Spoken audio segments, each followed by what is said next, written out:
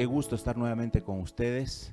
Muchas gracias por permitirnos ingresar a sus hogares o en el auto donde estén, pero sobre todo quisiéramos que permitan ingresar la palabra de Dios a su corazón. Esta vez estamos estudiando, nos toca hacer el repaso de la lección número 8, de esta lección que trata del Génesis, una extraordinaria lección, un extraordinario estudio de la palabra de Dios con el primer libro de la Biblia, el Génesis.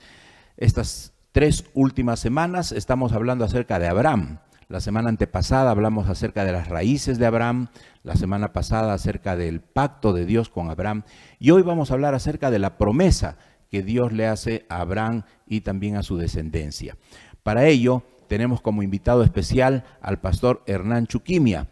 El pastor Hernán Chuquimia es docente de la Facultad de Teología en el área del Nuevo Testamento. Pastor Chuquimia, bienvenido, su saludo para nuestros amigos. Gracias, Pastor Choroco. Hola amigos, es un privilegio para mí estar otra vez junto a ustedes para estudiar la palabra de Dios. Así es. Y bien, antes de abrir la palabra de Dios, justamente para leer nuestro versículo de memoria, vamos a hacer una oración. Pastor, por favor. Oramos. Bendito Dios, te damos muchas gracias porque, Señor, tú nos provees todo lo que necesitamos cada día, pero por sobre todo nos has provisto de la salvación a través de tu Hijo. Ayúdanos a entender tu palabra en esta hora, en el nombre de Jesús. Amén. Amén. Bien, vamos a leer el versículo central, el versículo de memoria, que se encuentra en el libro de Génesis, capítulo 24, el versículo 1, dice así, capítulo 24 y versículo 1, dice, era Abraham ya viejo y bien avanzado en años, y Jehová había bendecido a Abraham en todo. Para entendernos bien con nuestros amigos, vamos a dividir nuestra lección, ¿qué le parece, pastor?, en 2 grandes secciones. Vamos a dividir en primer lugar la provisión divina y en segundo lugar vamos a ver qué es lo que sucede después de la muerte de Sara. Entonces, exploraremos y aplicaremos a nuestra vida lo que encontramos en esta lección acerca de la promesa. Cuando nosotros abrimos el libro de Génesis, en el capítulo 22, encontramos una prueba terrible que Dios le hace a Abraham. Le pide que sacrifique a su hijo. Esto contradice lo que Dios enseña y que más adelante va a ser explícito en enseñar que nadie debe sacrificar a su hijo o a un ser humano. Y también contradice con la enseñanza de los pueblos paganos, porque esto era algo que practicaban los paganos, no el pueblo de Dios, ¿no? Entonces, ¿cuál es el propósito y el significado de esta prueba? ¿Por qué Dios le pide esto a Abraham? ¿O para qué? Pastor, estamos comenzando con una pregunta muy difícil, ¿no? No es tan fácil de responder esa pregunta porque no es tan claro cuál habrá sido el propósito de Dios al pedirle de esa manera a Abraham. Usted mismo lo dijo, se podría contradecir con la prohibición de sacrificios humanos que se encuentra en Levíticos 18:21. Sin embargo, le pide la prueba. Tal vez podríamos analizar un poquito qué significa una prueba en este contexto, ¿no? La lección habla de 2 tipos o 2 cosas que podrían significar la prueba. En primer lugar, se refiere a la idea de juicio para saber qué hay en el corazón del probado.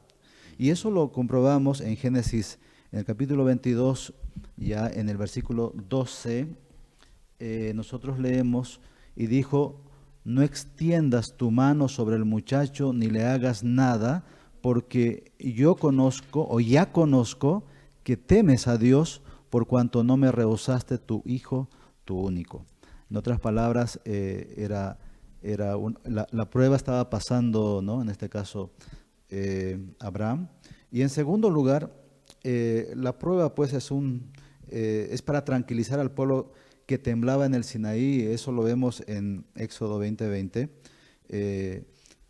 Entonces ahí dice, no temáis porque para probaros vino Dios y para que su temor esté delante de vosotros, para que no pequéis.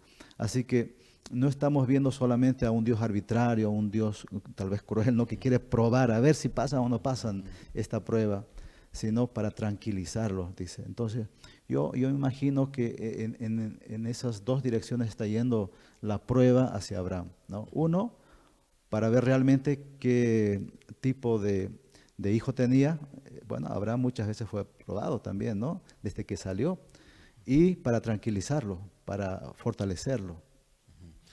Ahora, pastor, esta prueba tan terrible, esta experiencia tan terrible por la que tuvo que atravesar Abraham, y bueno, fue exitoso, ¿verdad? Porque por eso se le conoce como el padre de la fe. Cuando yo pienso en esa prueba y pienso en mis hijos, que Dios me pida a uno de mis hijos, es lo más terrible que a un padre le pueden pedir. Y no solamente eso, sino que era el único, ¿no? Y el de la promesa, que a través de él vendría la gran descendencia y se cumplirían las promesas del Señor, y ahora le pide que lo entregue en sacrificio. ¿Qué nos enseña esta experiencia acerca de la salvación por la fe? Porque aquí es donde Abraham muestra realmente una gran fe, a pesar que él tenía sus buenas obras, pero ¿qué nos enseña este incidente específicamente acerca de la salvación por la fe? Bueno, en resumen, en el capítulo 22 está hablando de que Dios le pide que sacrifique a su hijo, a Abraham, a pesar de que, imagínense que no se hubiese cumplido la promesa de Dios, ¿no? Si es que hubiese muerto su hijo. Sin embargo, cumple, lo hace por fe.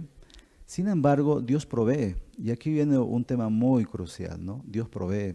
Y acá Abraham sabe, conoce cómo Dios, su Dios, iba a obrar, ¿no? Y por qué lo estaba pidiendo. Ahora, yo quiero enfatizar algo, pastor. Hablando de las obras de Abraham, me atrevo a leer Romanos capítulo 4, versículo 2, cuando Pablo habla algo justamente habla de Abraham, de la fe de Abraham, ¿no? Él dice, porque si Abraham fue justificado por las obras, tiene de qué gloriarse, pero no para con Dios. O sea, podría gloriarse con los seres humanos, correcto, pero con Dios de ninguna manera. Así es, porque realmente tenía muchas cosas. Y sabe, cuando nosotros vemos alguna literatura extrabíblica, nosotros encontramos de que mucha gente pensaba de que Abraham nunca había pecado, ¿no? Y por esa causa el pueblo era pueblo de Dios, ¿no? Lo tenían en alta estima realmente. Las obras de Abraham... El padre Abraham. Exactamente. Esas obras del padre Abraham era como para salvar a todo el pueblo, ¿no? Impresionante. Pero dice acá en Romanos, dice, esas obras son buenas, pero no para con Dios. No es obra para salvación, porque la salvación viene por la fe, ¿no? Y por la provisión que Dios hace. Así. Hablando de provisión, pastor, aquí nosotros encontramos un clarísimo ejemplo de provisión, ¿no? De sustitución, de provisión. Cómo Dios le pide a Abraham a su hijo en sacrificio y Dios hace provisión. Hay una expresión que me gustaría que si usted nos puede ayudar a aclarar, a explicar un poquito, ¿cómo cumple Dios esta promesa de proveer? ¿Y qué significa la expresión Dios se proveerá de cordero? Porque eso le repite Abraham a Isaac, mientras en el camino Isaac le pregunta, ¿no? Iban a Moria y tenían todo menos el cordero. Sí. Y esa es la respuesta de Abraham. ¿Qué significa eso, pastor? Ok. En la estructura del capítulo 22, el versículo 7 y 8 es el centro, es el quiasmo, como decimos, ¿no? Es el centro de la estructura. Yo quisiera leer, dice, entonces habló Isaac a Abraham, su padre, y dijo, Padre mío. Y él respondió, heme aquí, mi hijo. Y él dijo, he aquí el fuego y la leña, mas ¿dónde está el cordero para el holocausto? Y respondió Abraham, Dios se proveerá de cordero para el holocausto, hijo mío. E iban juntos. La estructura es muy interesante. Sin embargo, hay muchas frases, muchas palabras que podríamos especialmente distinguirla, especialmente la que usted mencionó. A ver, en la expresión que usa el autor de Génesis, hay algo que repite. Cuando le dice, Dios a Abraham le dice, en el capítulo 12 le dice, sal de acá, sal de tu tierra, vete de tu tierra, le dice, ¿no? La expresión es leká. Sal de acá. Esta es una expresión, un énfasis reflexivo, ¿no? Sal tú mismo de acá. Salte de ti mismo. Alguna cosa así, ¿no? Lo mismo sucede en el capítulo 22, le dice, vete de acá, anda al monte Moria, ¿no? Es la misma expresión, Sí. lek, leka. Y en esta frase que acabamos de mencionar, Dios se proveerá de cordero. exactamente, No dice Dios proveerá cordero. esa podría ser una interpretación o una versión un poco, ¿no? Que se sale de lo sale. que está diciendo la palabra de Dios, ¿no? Exactamente. No Este dice tiene- Dios proveerá, sino Dios se proveerá. Exactamente. Tiene un sentido más reflexivo. Entonces, yo tengo acá una versión que dice, Dios se proveerá para sí mismo como el cordero, podría ser. O Dios se proveerá a sí mismo como el cordero. Qué interesante ese mensaje profundo que tiene en el idioma original, ¿verdad? Así es, así es. Así que desde esa época, se está continuamente diciendo que un día el Mesías iba a venir a morir, ¿no? por el pecador. Así es. Sí, es una alusión directa, ¿no? Al Así es. Señor Jesús. Que Dios, hablando del Señor Jesús, entonces, y viendo toda esta experiencia en este contexto, ¿cómo nos ayuda este relato a comprender mejor a Jesús como nuestra provisión, como nuestro proveedor y como nuestra provisión? Ok. Hay varias cosas, pastor. Yo voy a tocar algunos puntitos. Por ejemplo, en Génesis 22, 18, quiero leer este texto. Dice, en tu simiente serán benditas todas las naciones de la tierra. En tu simiente le dice a Abraham, no le dice en ti, en tu simiente le dice. Y esa expresión de simiente, o sea, esa simiente pues es, de Abraham viene pues Jesús, ¿verdad? Esa es Sí. la simiente de Jesús. Pero ese término de simiente es la misma expresión que se usa en Génesis 3:15, ¿no? Donde dice, exactamente, pondré enemistad entre tu simiente y la simiente suya. La simiente, esa simiente que, bueno, es el Mesías prometido, ¿no? Se está repitiendo en muchos lugares del Antiguo Testamento. O sea, ya había la provisión, ya con mucha anticipación. Ahora hay otra cosa, pastor. En el monte Moria, donde sucede, ¿no? El supuesto sacrificio. Sí, exactamente. ¿Sabe? En Segunda Crónicas 3:1 dice que Dios le manda a Salomón para que construya el templo justamente en el monte Moria, ¿no? Y es interesante que seguramente en ese mismo lugar era el lugar del altar, yo imagino, ¿no? Donde continuamente se sacrificaba al cordero, a los animales que representaban todos a Jesús. Y en Juan 8:56 es un texto muy interesante, cuando Jesús mismo lo cita, dice, Abraham, vuestro padre, dice, se gozó de que había de ver mi día y lo vio y se gozó. En otras palabras, Abraham, bueno, Dios le reveló, a partir de esto Dios le reveló.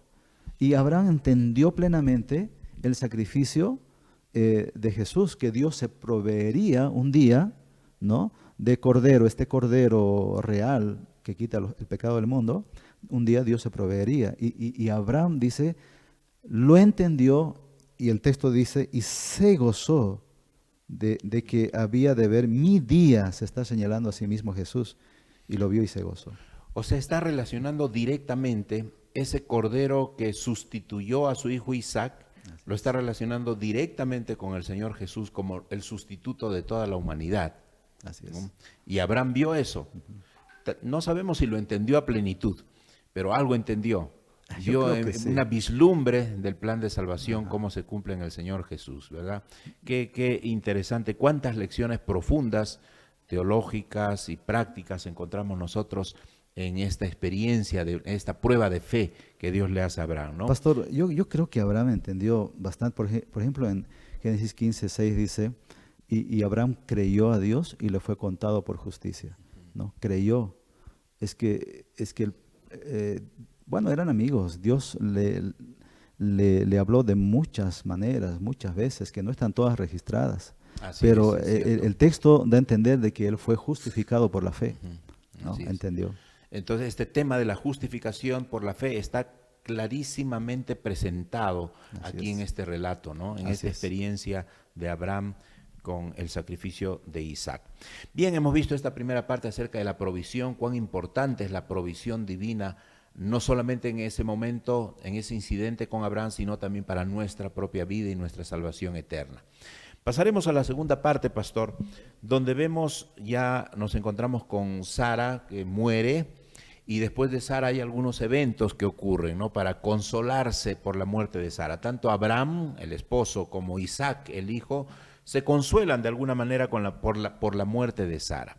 Entonces, aquí vemos a Abraham, que su esposa Sara muere, ya avanzada en años, y busca un lugar donde enterrarla.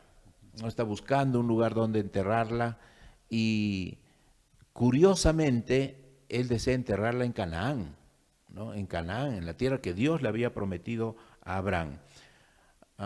¿Cómo se vincula la muerte y el entierro de Sara de manera específica con la promesa que Dios le hizo a Abraham? Bueno, la promesa de Dios a Abraham es pues anda, vete de tu tierra y anda a Canaán, ¿no? Y ahí te voy a establecer.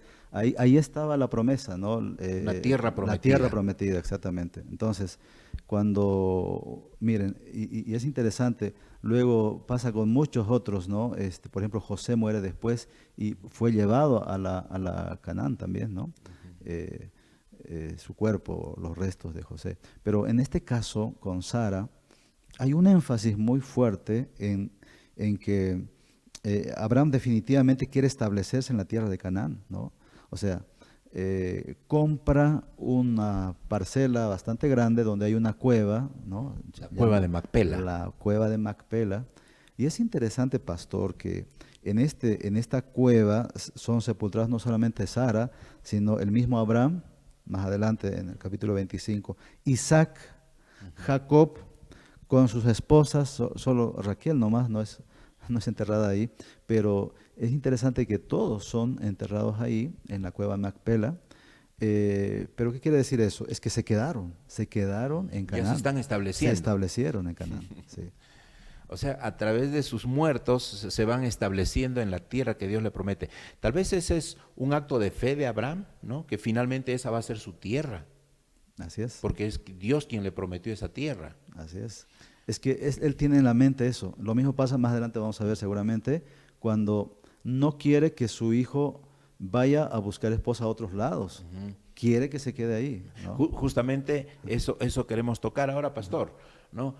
Abraham entiende la promesa que Dios le ha hecho y de alguna manera Abraham está obedeciendo lo que Dios le ha prometido. Para Abraham ya es un hecho, porque cuando Dios promete algo, ya es un hecho, ¿verdad? Así es. Entonces ya es un hecho que esa es la tierra de ellos, es la tierra de Abraham. Y comienza pues tomando posesión de esa cueva de Macpela para enterrar a Sara y los que vienen posteriormente. Y ahora en esa misma dirección viene lo que usted está mencionando, ¿no? Lo de Isaac. Ahora, pastor, aquí yo creo que es un punto importante esto, ¿no? Nuestro lugar, nuestra ciudadanía, nuestro lugar no es acá en la tierra, es en Canaán.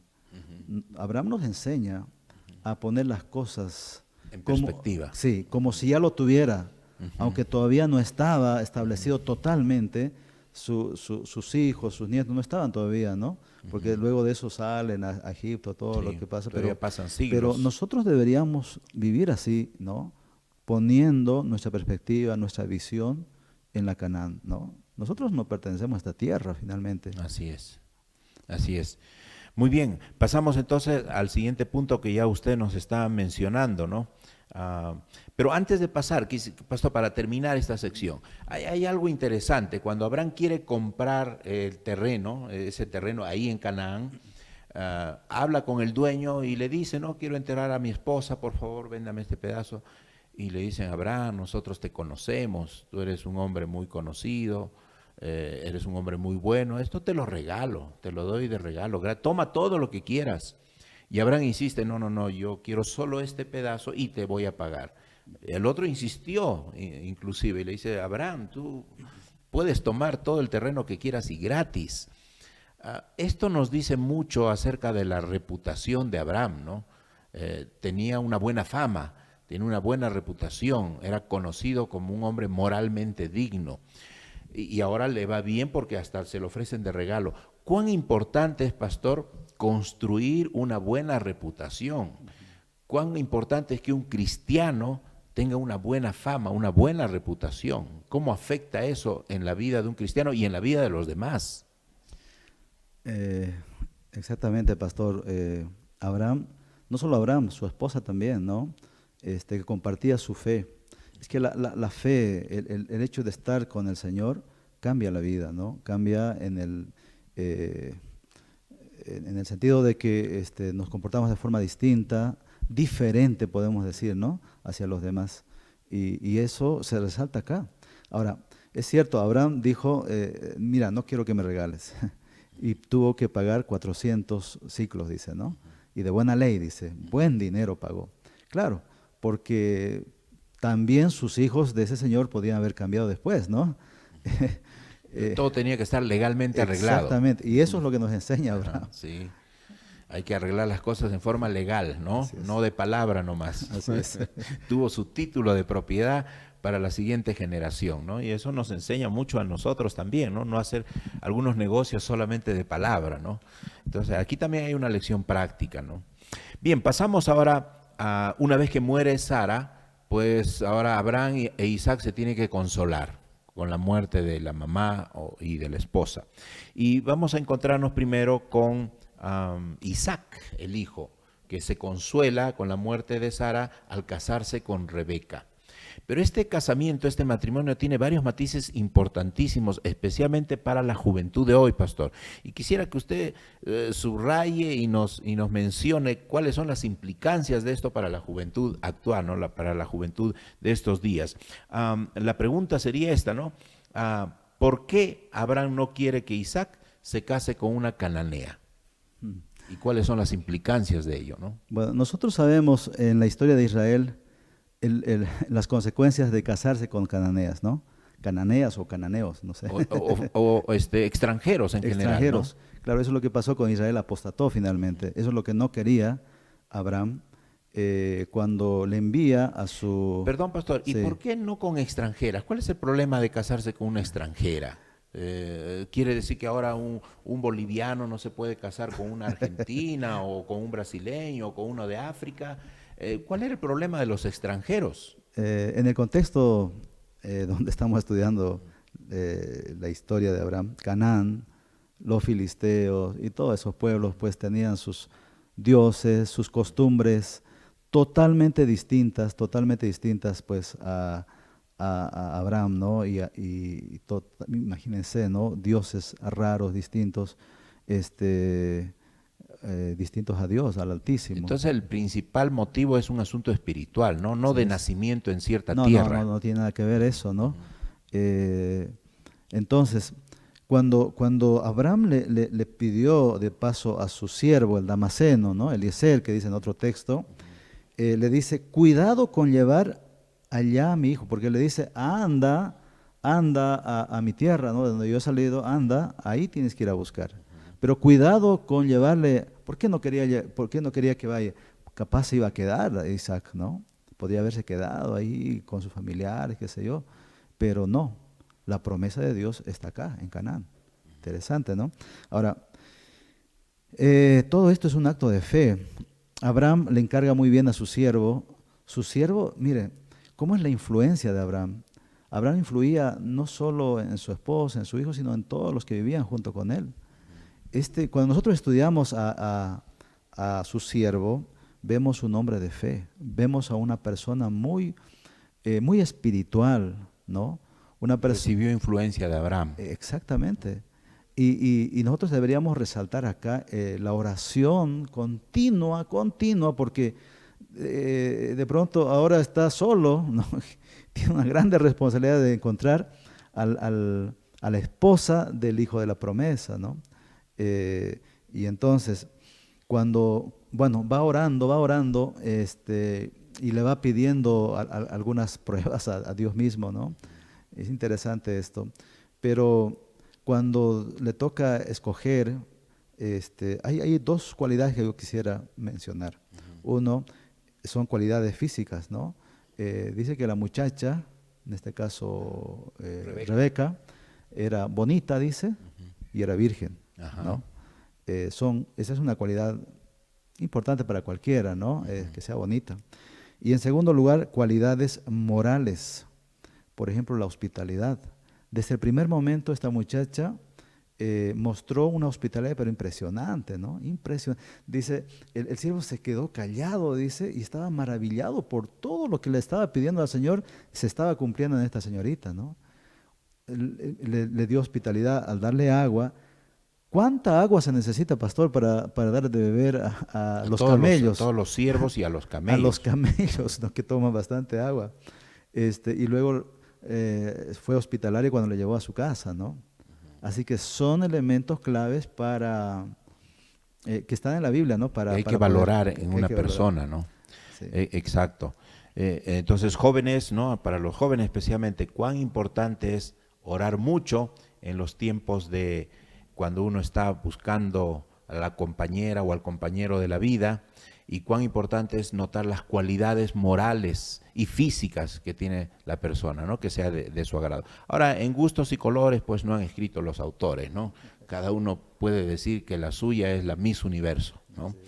Pastor, vamos llegando a la parte final y nos encontramos con que Abraham también se consuela por la muerte de Sara y se casa, y se menciona a Cetura.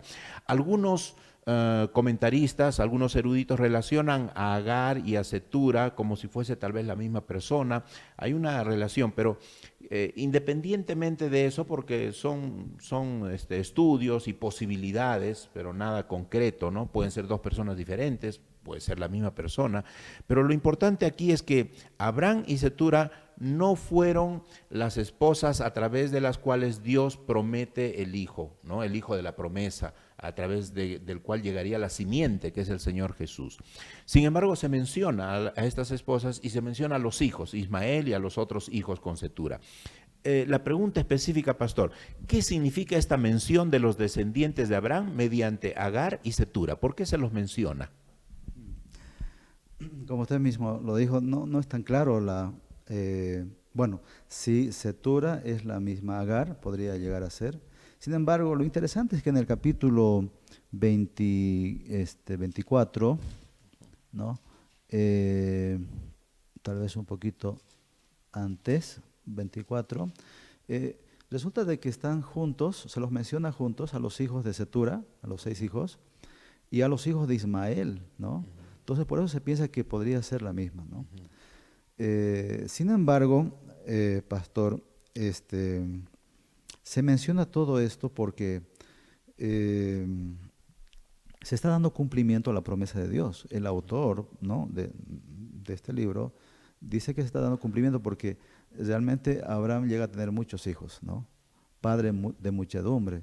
Recuerden de que Ismael, por ejemplo, es padre de los musulmanes, ¿no? Y de los árabes en general. De los árabes, ¿no? Y eso es, pues... Todo un mundo. Sí. Así que se da cumplimiento finalmente a la promesa de Dios en Abraham. Entonces aquí también vemos que por qué se menciona, por qué es importante mencionarlo, ¿no? Porque se cumple la promesa de Dios de que Abraham sería padre de muchedumbre, y también de que a través de Abraham, ¿no? Y de su descendencia serían benditas todas las naciones de la tierra. O sea, la salvación está abierta para todos, no solo para los descendientes de Isaac, ¿no? Sino también para los otros hijos de Abraham que no son parte del pueblo de Dios. Sin embargo, la salvación está disponible para ellos, ¿no? Pastor, finalmente, mencionamos nosotros a Isaac. Rebeca pudo tener la opción de aceptar o no aceptar porque ella tenía libre albedrío. ¿Qué ejemplos de libre albedrío podemos nosotros mencionar y que a pesar que a veces uno elige mal, sin embargo Dios está al control? Interesante, pastor. Bueno, Dios creó al hombre con libre albedrío. Eso lo vemos con Adán mismo al principio de la historia. Adán y Eva, ellos tenían libre albedrío de obedecer a Dios o no. Y ellos rechazaron eso, ¿no? No obedecieron a Dios. Y eso fue el primer pecado. Y si nosotros vamos con sus hijos, Caín y Abel lo mismo, tenían el libre albedrío. Abel obedeció a Dios, Caín no lo hizo, ¿no? Hizo su propia, lo que él quiso hacer.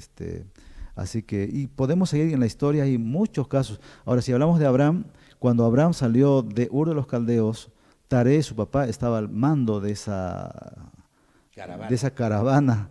Pero es interesante, pastor, que no salen todos sus hijos. Taré tenía 3 hijos, ¿no? Arán, Nacor y Abraham. Arán muere, Nacor no sale. Sí, retorna. Sí, no sale, es interesante esto. Así que el libre albedrío está también en nosotros, ¿no? Nosotros tenemos la libre decisión de elegir. Sin embargo, Dios tiene sus propósitos y las va a cumplir. Y se van a cumplir, así es.